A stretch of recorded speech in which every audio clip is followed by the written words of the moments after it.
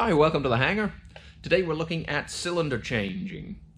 We've got beautiful Mooney behind us here in the hangar with the 0360 Lycoming engine, 180 horsepower, and we've come to the decision that a number of cylinders need changing.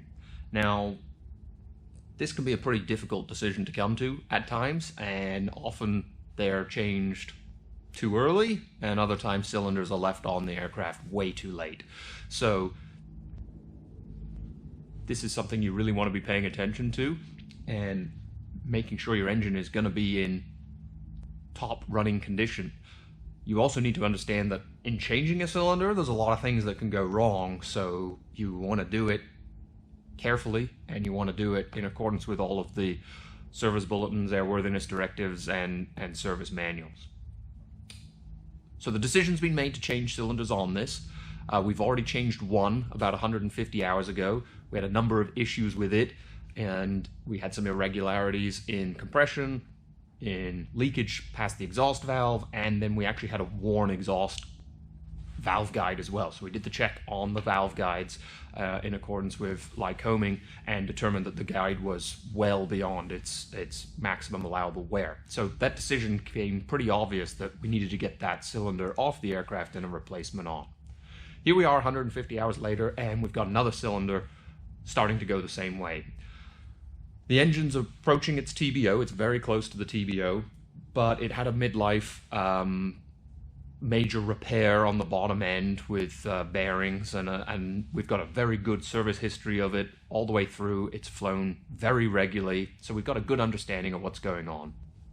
So the decision was made to, instead of just replacing the one that's faulty now, we're going to replace the last remaining 3 cylinders, and that way we'll have an engine that's in very good repair. We do regular oil changes, we're monitoring the oil with oil analysis, and everything else is up to date on it. What we didn't want was this aircraft goes all over North America to have another problem down long way away from home and get the owner stranded.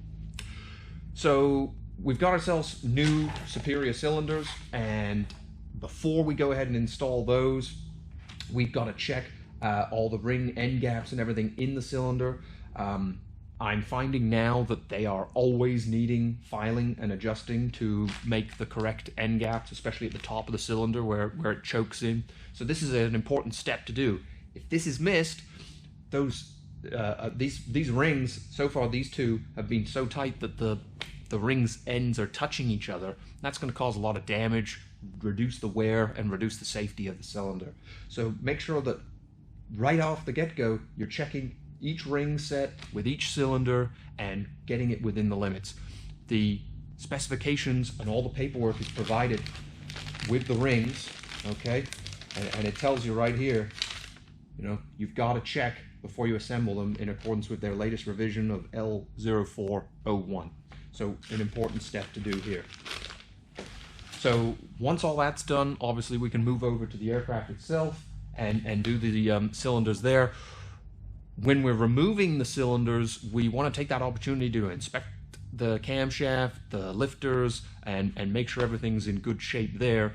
And we need to make sure that we don't leave the through bolts loose, okay? They need to be torqued in a certain way, in a certain order. These are all really important steps to get done. We then need to check the push rods as well, and this is something I find missed really regularly, and I quite often find engines with issues with the valves, and quite often it's because they haven't got the dry tappet clearance. Quite often if it's too tight, that valve never gets closed and it'll get burnt quite quickly. So we need to check that dry tappet clearance before we finish and return the aircraft to service so that we can get the engine running properly. So I hope you found the video helpful, and if you are going through a cylinder change or repair, make sure you really educate yourself in what needs to happen and the sort of risks and rewards to doing a cylinder change.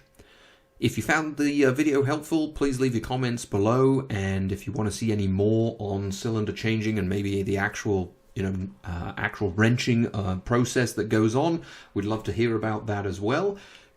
Get out there, get lots of flying done. Happy tailwinds, everyone, and stay safe. Cheers.